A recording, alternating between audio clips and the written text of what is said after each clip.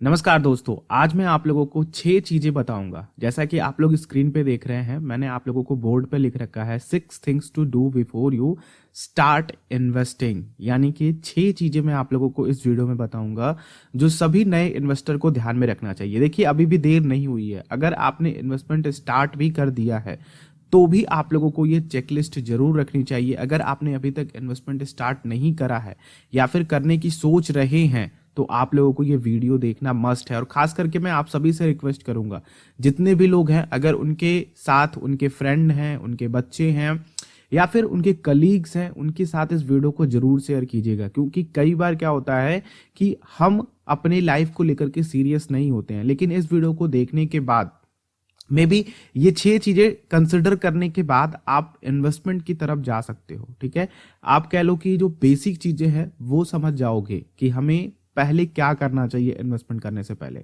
हमें किन चीजों से दूर रहना चाहिए। जो 6 चीजें बताऊंगा वो सब कुछ आप लोगों को बता देगी और आप लोग बिल्कुल क्लियर्ड हो जाओगे। तो चलिए, ज्यादा टाइम वेस्ट नहीं करते हैं। वीडियो अच्छी लगेगी तो लाइक कर दीजिएगा, दूसरों के साथ शेयर कीजिएगा और चैनल पे आप लोग नए हैं, इसी तरह की और वीडियोस देखना चाहते हैं तो चैनल को जरूर सब्सक्राइब कीजिएगा और अपने जो भी फीडबैक होंगे नीचे कमेंट बॉक्स में जरूर लिखिएगा। तो दोस्तों, जो सबसे पहली चीज मैं आप लोगों के साथ शेयर करना चाहता हूं इन 6 चीजों में, वो है कि आप लोग अपने लिए एक इमरजेंसी फंड जरूर क्रिएट करें। ये मैं आप लोगों को हमेशा बताता हूं कि इमरजेंसी फंड क्यों जरूरी है। तो इस वीडियो में भी मैं आप लोगों को रिकमेंड करूंगा कि एक इमरजेंसी फंड अपने लिए जरूर क्रिएट कीजिए। इमरजेंसी फंड होता क्या है, इसकी जरूरत क्यों पड़ती है, इस बात को भी आप लोगों को समझना जरूरी है। सबसे पहले दोस्तों, इमरजेंसी फंड किसी भी मुसीबत में, ठीक है, जैसे कि कोविड की वजह से कई लोगों की जॉब गई, तो इमरजेंसी में आपके जो भी जरूरतें हैं, जैसे कि आप लोगों को अपने लोन की ईएमआई चुकानी है, ठीक है, ये आप अपनी जॉब से चुकाते आ रहे थे, ठीक है, क्योंकि आपने जॉब के भरोसे लोन लिया हुआ था और सोच रहे थे कि ईएमआई हमें चुकानी है।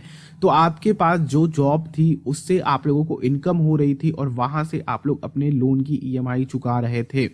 अगर आप लोगों को हेल्थ इमरजेंसी पड़ती है, ठीक है, हेल्थ इमरजेंसी पड़ती है जिसमें कि आप लोगों का 2 लाख रुपए, 1.5 लाख रुपए या फिर इस तरह के बड़े अमाउंट की जरूरत पड़ती है, तो ये इमरजेंसी फंड आप लोगों का काम आता है।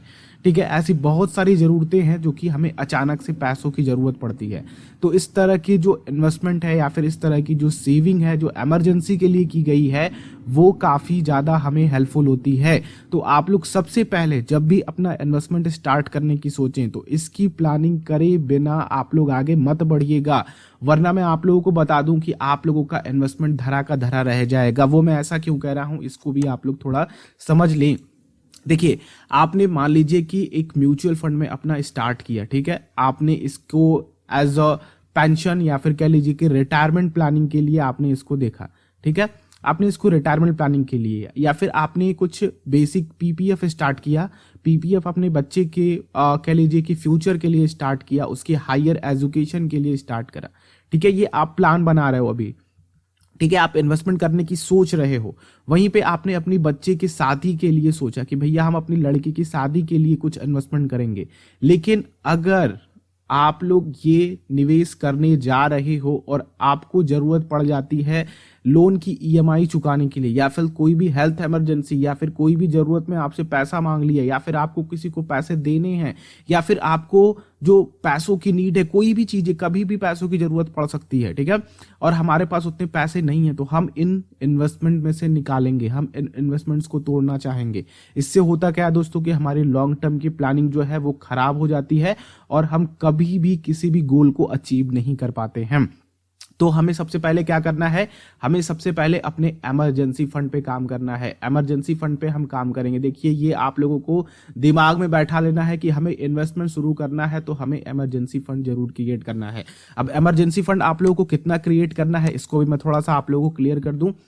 इमरजेंसी फंड कम से कम दोस्तों 6 महीने का, आपके जो भी एक्सपेंस हैं, एक्सपेंस में क्या क्या आते हैं, एक्सपेंस में आपके आते हैं ईएमआईज अगर कोई हैं, ठीक है, या फिर किसी भी तरह के आप लोगों के कह लीजिए कि इन्वेस्टमेंट्स जा रहे हैं। इन्वेस्टमेंट्स यानी कि आप लोगों ने पीपीएफ में इन्वेस्ट करना है, आपका एनपीएस में पैसा जा रहा है, या फिर किसी भी तरह के इन्वेस्टमेंट में जा रहा है, तो वो भी आप लोग एक एक्सपेंस में रखिएगा। और आप लोगों के मंथली खर्चे क्या होते हैं, जैसे कि आप लोगों के राशन का, ठीक है, आपका बच्चे की फीस कितनी जा रही है, ठीक है, और जो भी यूटिलिटीज के बिल हैं जैसे कि फोन बिल हो गया, आप लोगों के इलेक्ट्रिसिटी बिल हो गया, ये सारे आप लोगों के मंथली फिक्स्ड खर्चे हैं।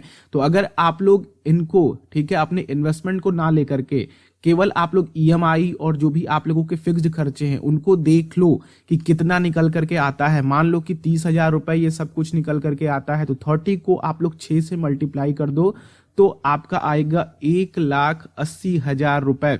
तो कम से कम आप लोगों के पास 1,80,000 रुपए कहीं पर भी सिक्योर होना चाहिए।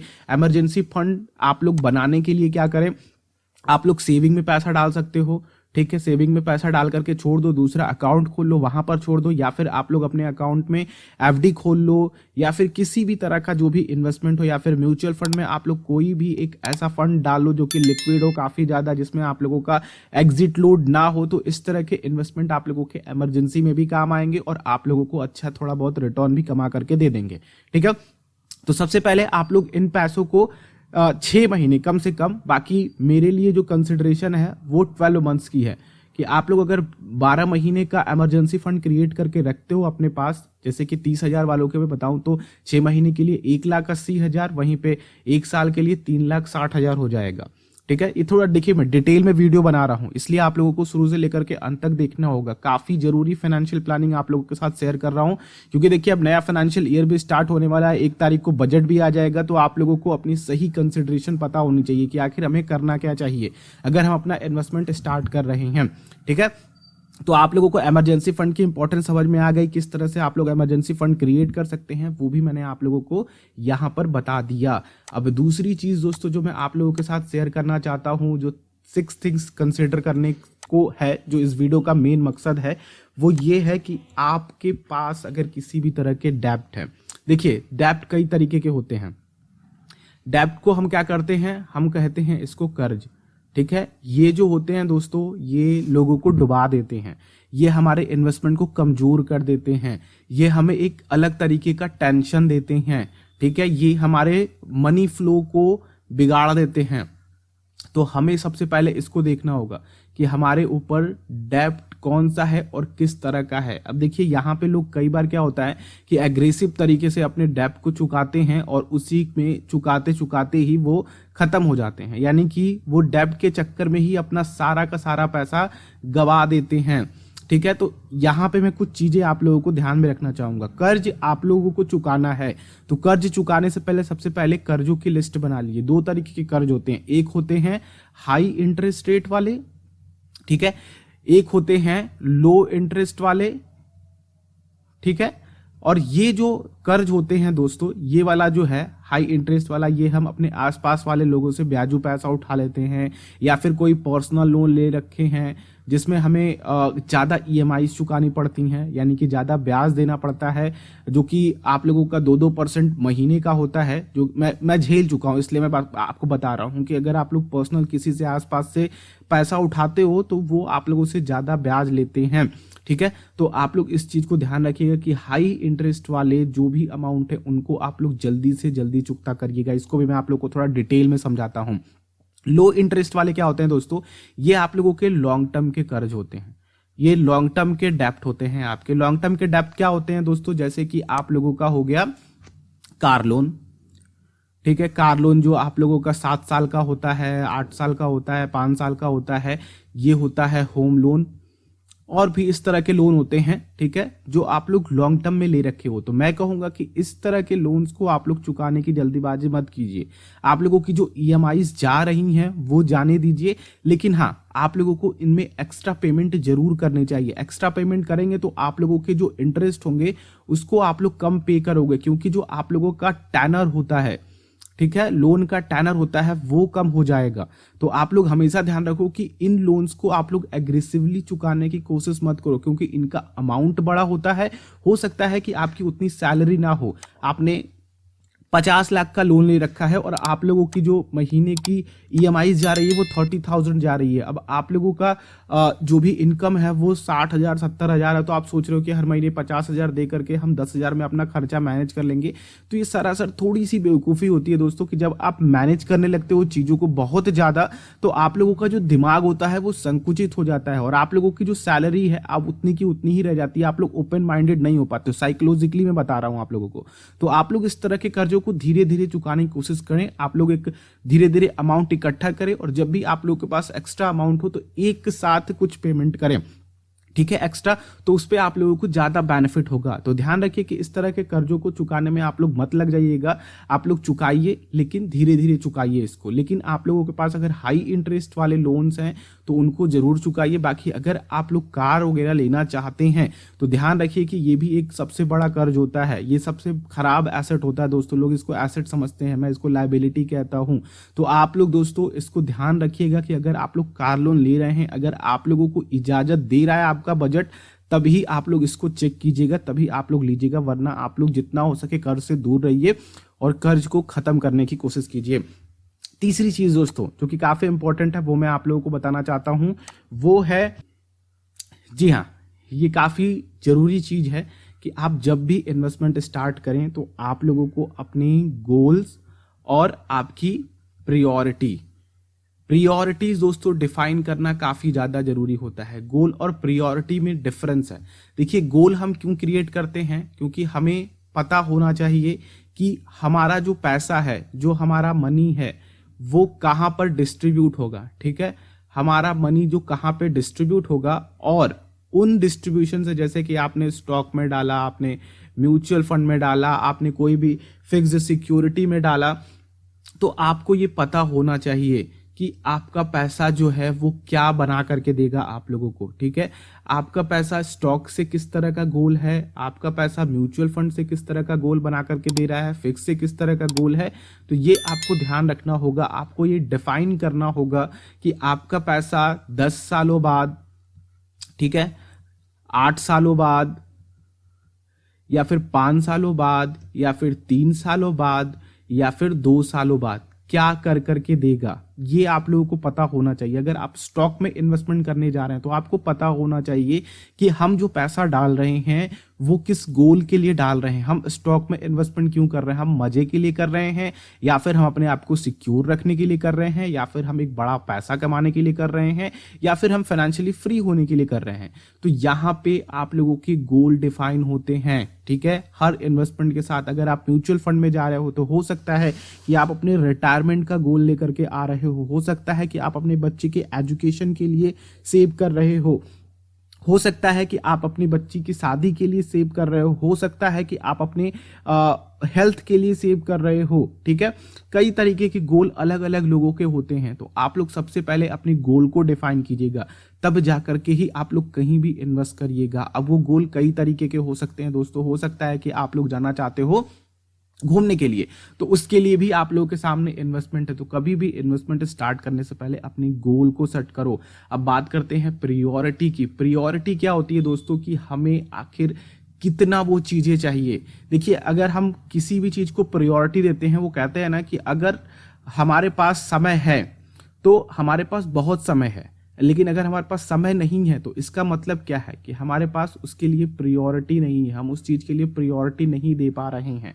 अब कई बार जो लोग भी नए नए प्यार व्यार में पड़े होते हैं, वो सारा कुछ काम छोड़ करके फोन का इंतजार कर रहे होते हैं कि भैया फोन आएगा मेरे पास, हम मैं फोन से बात करूंगा। एक काफी सरल सा एग्जाम्पल मैं आपको बता रहा हूं, क्योंकि वो काफी, कह लीजिए, एग्रेसिव तरीके से उस चीज को प्रायोरिटी दे रखे हैं, उस बंदे को प्रायोरिटी दे रखे हैं। उसके बिना उनका काम नहीं हो पा रहा है, उनका मन नहीं लग रहा है। तो इसलिए दोस्तों आप लोगों को अपने गोल्स को प्रायोरिटी देनी होगी, ठीक है। अब आप लोगों के पास कभी भी पैसा आए तो आप लोगों को ध्यान ये रखना चाहिए कि जिस तरह के आपने गोल क्रिएट करे हैं, मान लीजिए कि आपकी 50,000 रुपए इनकम हो रही है, ठीक है। आपकी इनकम जो 50,000 रुपए हो रही है, उसमें से आप लोगों के 30,000 रुपए आपने सोच रखे हैं कि आपको उसके लिए इन्वेस्टिंग करनी है। इन्वेस्टिंग, ये आप लोगों की एक प्रायोरिटी बननी चाहिए, ठीक है। ये प्रायोरिटी होनी चाहिए कि हमें कहाँ पे इन्वेस्ट करना है। फिर उसके बाद जो 20,000 आपके पास बचता है उससे आप लोगों का अलग खर्चे डिसाइड होने चाहिए, या फिर जो भी आप लोग करते हैं। ये एक एग्जांपल है, 30-20 का कोई भी रेशियो नहीं है, मैं बस आप लोगों को एग्जांपल बता रहा हूं कि आप लोगों को प्रायोरिटी सेट करनी पड़ेगी कि हमें क्या करना है अपने पैसों के साथ, और जो भी आप लोगों ने प्रायोरिटी सेट करा है उस प्रायोरिटी को लेकर के ही आप लोग आगे बढ़िएगा। प्रियोरिटी एक ऐसी डेफिनेशन है दोस्तों कि ये बहुत ही धीरे धीरे आती है, ठीक है, ये इंसान के अंदर जन्म से ही नहीं आती है। आप लोगों को अपनी प्रियोरिटी सेट करनी पड़ेगी अपने फाइनेंशियल फ्रीडम के लिए, अपने बच्चों के एजुकेशन के लिए, अपने गोल्स के लिए। तो ध्यान रखिएगा कि आप लोगों को गोल और गोल के साथ प्रियोरिटी, इन दोनों को एक दूसरे के साथ मिला करके ही अपना इन्वेस्टमेंट स्टार्ट करना है। नेक्स्ट चीज दोस्तों जो कि हम काफी इग्नोर करते हैं और इन्वेस्टमेंट करना शुरू कर देते हैं वो ये है, और ये चीजें मैंने बहुत बार मिस्टेक करी हैं, इससे काफी दिक्कत आ जाती है, वो ये है दोस्तों कि आप लोग अपना कैश फ्लो नहीं देखते हो। सबसे पहले आप लोगों को अपने कैश फ्लो के बारे में जानना जरूरी है, ठीक है। ये कैश फ्लो नाम की चिड़िया क्या है? कैश फ्लो नाम की चिड़िया है दोस्तों कि आपके पास कितना पैसा आ रहा है, ठीक है, आपके पास कितना पैसा आ रहा है, ठीक है, ये सोर्स ऑफ इनकम्स होते हैं, और कितना पैसा जा रहा है, ठीक है, कितना पैसा आप लोगों से जा रहा है, आउटगोइंग कितनी हो रही है, ठीक है, ये आप लोगों की कैश फ्लो है, आउटगोइंग इनकम, ठीक है। ये क्या होता है कि ये आप लोगों के खर्च होते हैं, ये आपके इन्वेस्टमेंट होते हैं, ये आपकी सेविंग्स होती हैं, और ये क्या होता है कि आप लोगों के अलग अलग सोर्स से इनकम आते हैं।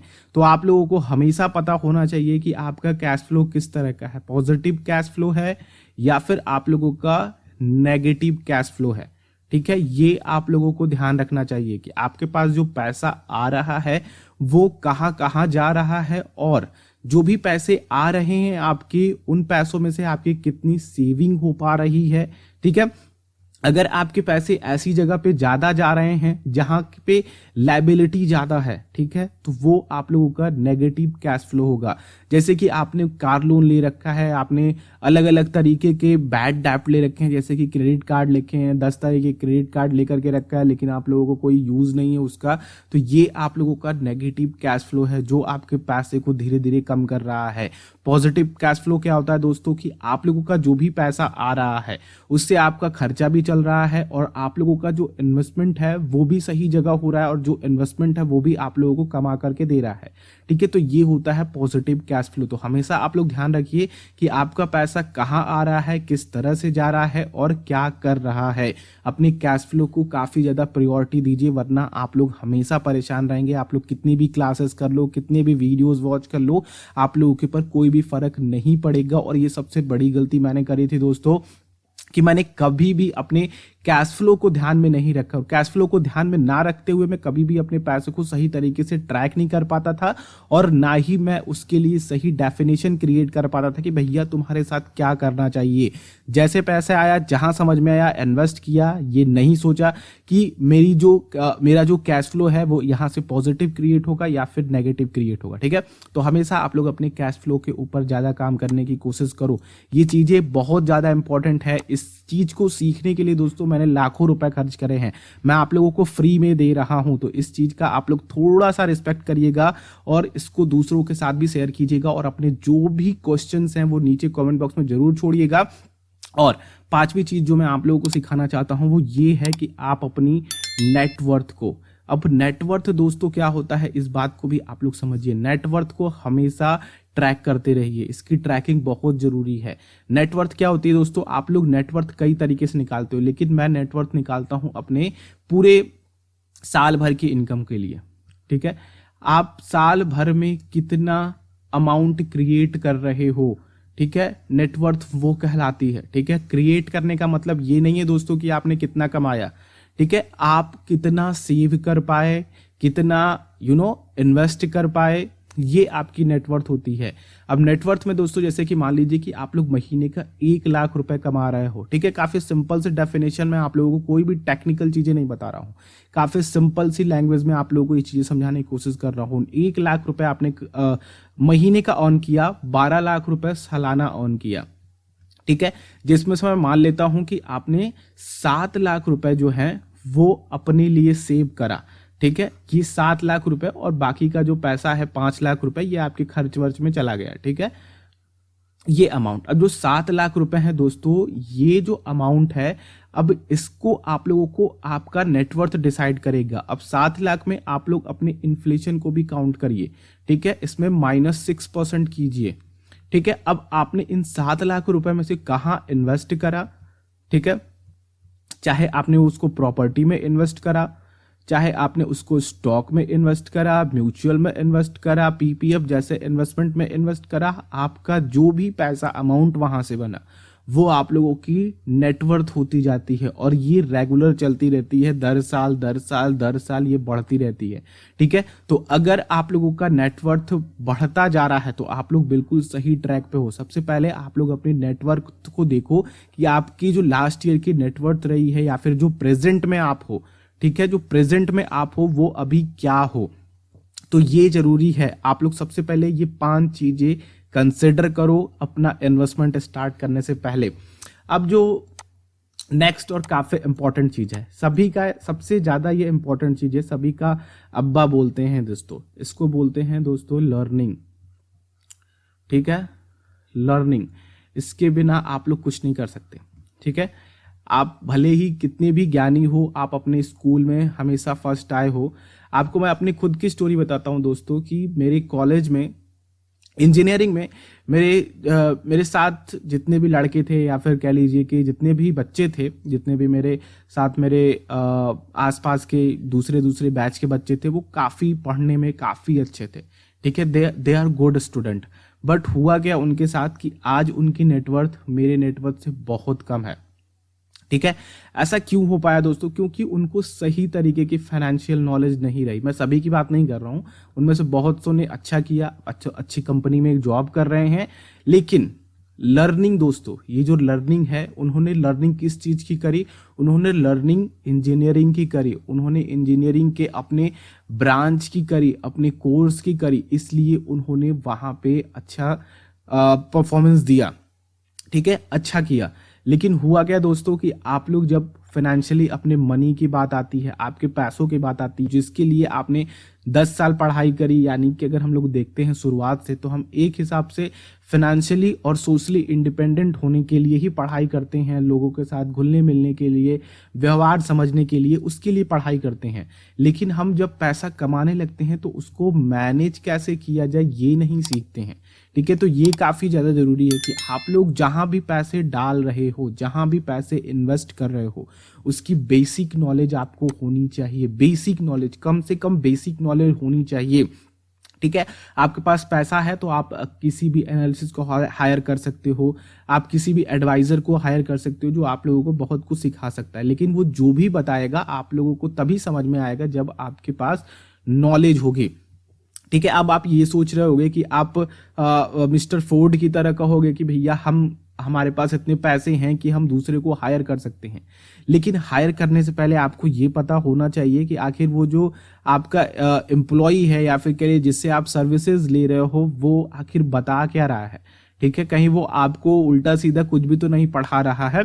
तो आप लोगों को सबसे पहले, चाहे आप म्यूचुअल फंड में जा रहे हो तो आप लोगों को पता होना चाहिए कि म्यूचुअल फंड क्या है, इसमें किस तरह से हमारे फंड काम करते हैं, किस तरह से पैसा कमाते हैं, कहाँ पे हमारा पैसा जाता है। आप शेयर मार्केट में जा रहे हो, किसी स्टॉक में इन्वेस्ट कर रहे हो, तो आपको पता होना चाहिए कि उस स्टॉक के बारे में या फिर जो भी बेसिक नॉलेज है शेयर मार्केट में इन्वेस्टमेंट कर ली कि हम किस तरह से पैसा बना सकते हैं, कंपनीज की एनालिसिस किस तरह से कर सकते हैं, किस तरह की बैलेंस शीट हमें रीड करना चाहिए, क्या हमें सस्ते स्टॉक में महंगे स्टॉक में क्या फ़र्क है, किस तरह से प्राइस घटते हैं बढ़ते हैं, ये सब हमें पता होना चाहिए। हम पीपीएफ में जा रहे हैं तो पीपीएफ में हम ऐसे ही पैसा नहीं डाल देंगे। अगर मान लीजिए कि हम पीपीएफ में अपना पैसा डाल रहे हैं तो हमें ये पता होना चाहिए कि भैया 15 साल का इन्वेस्टमेंट है, हमारा पैसा इसमें लॉक हो जाएगा, तो हम इसमें इमरजेंसी फंड के लिए क्रिएट नहीं कर सकते हैं। हम सोचेंगे कि भैया हमने तो 1 लाख रुपए रखा हुआ है, हम अपनी इनकम का 1 लाख रुपए सेव करके रखे हैं, लेकिन जब आप लोग पैसे निकालने जाओगे तो आप लोगों को वो पैसे निकलेंगे ही नहीं। क्यों? क्योंकि आपने जिस गोल के लिए क्रिएट करा था उस गोल के हिसाब से ये इन्वेस्टमेंट था नहीं। तो आप लोगों को सबसे पहले कहीं भी अपना पैसा डालें, चाहे आप लोग अपनी सोशल लाइफ के लिए ले रहे हो, ठीक है, कोई भी डिसीजन, तो उसके लिए भी आप लोगों को एजुकेशन जरूर लेना चाहिए जो कि किताबें आपको पढ़नी चाहिए। उसी तरह से आप लोगों को हमारे जैसे बहुत सारे यूट्यूबर्स मिल जाएंगे। आपको नॉलेज गेन करने के लिए कहीं से भी गेन मिलना चाहिए, बस आप लोगों को सही नॉलेज मिलनी चाहिए। तो ये चीजें आप लोगों को करना जरूरी है। मान लीजिए आपने सब कुछ लाखों करोड़ों रुपए कमा रहे हो महीने का, लेकिन आपको अपने पैसे को मैनेज करने का तरीका ही नहीं पता है कि क्या करें हम उन पैसों को, करोड़ों रुपए का जो हमारे पास आ रहा है, हमारे बाप दादा ने क्रिएट कर दिया हमारे लिए, लेकिन हमें उसकी इज्जत नहीं है कि हम कैसे अपने पैसे को सही तरीके से मैनेज कर पाए। तो ये कुछ 6 चीजें थी दोस्तों जो मैंने आप लोगों को बताया। एक बार और मैं आप लोगों को जूम इन करके दिखा देता हूं कि क्या क्या चीजें मैंने आप लोगों के साथ डिस्कस करी। मैंने आप लोगों के साथ डिस्कशन किया कि आप लोगों को अपने इमरजेंसी फंड को जरूर क्रिएट करना चाहिए। पहला, यहाँ पे अगर आप लोग देख पाए तो यहाँ पे मैंने काफी डिटेल में आप लोगों को बताया है। फिर हमने बताया आप लोगों को कि आपको डेप्थ पे ध्यान देना चाहिए, बुरे तरीके के कर्ज से दूर रहना चाहिए, और खास करके क्रेडिट कार्ड वगैरह से दूर रहिए। अगर आप लोग एक्सेसिव क्रेडिट कार्ड लेते हैं तो मैं आप लोगों को रिकमेंड करूंगा कि मत रहिए, आप लोग वैसे ही क्रेडिट कार्ड को लीजिए जो आप लोगों के लिए हेल्पफुल हो। फिर मैंने आप लोगों को गोल्स और प्रायोरिटी के बारे में समझाया। फिर मैंने आप लोगों को कैश फ्लो पे ध्यान रखने के लिए कहा। फिर मैंने आपको कहा नेटवर्थ के लिए कि आपको अपने नेटवर्थ के बारे में जानकारी होनी चाहिए।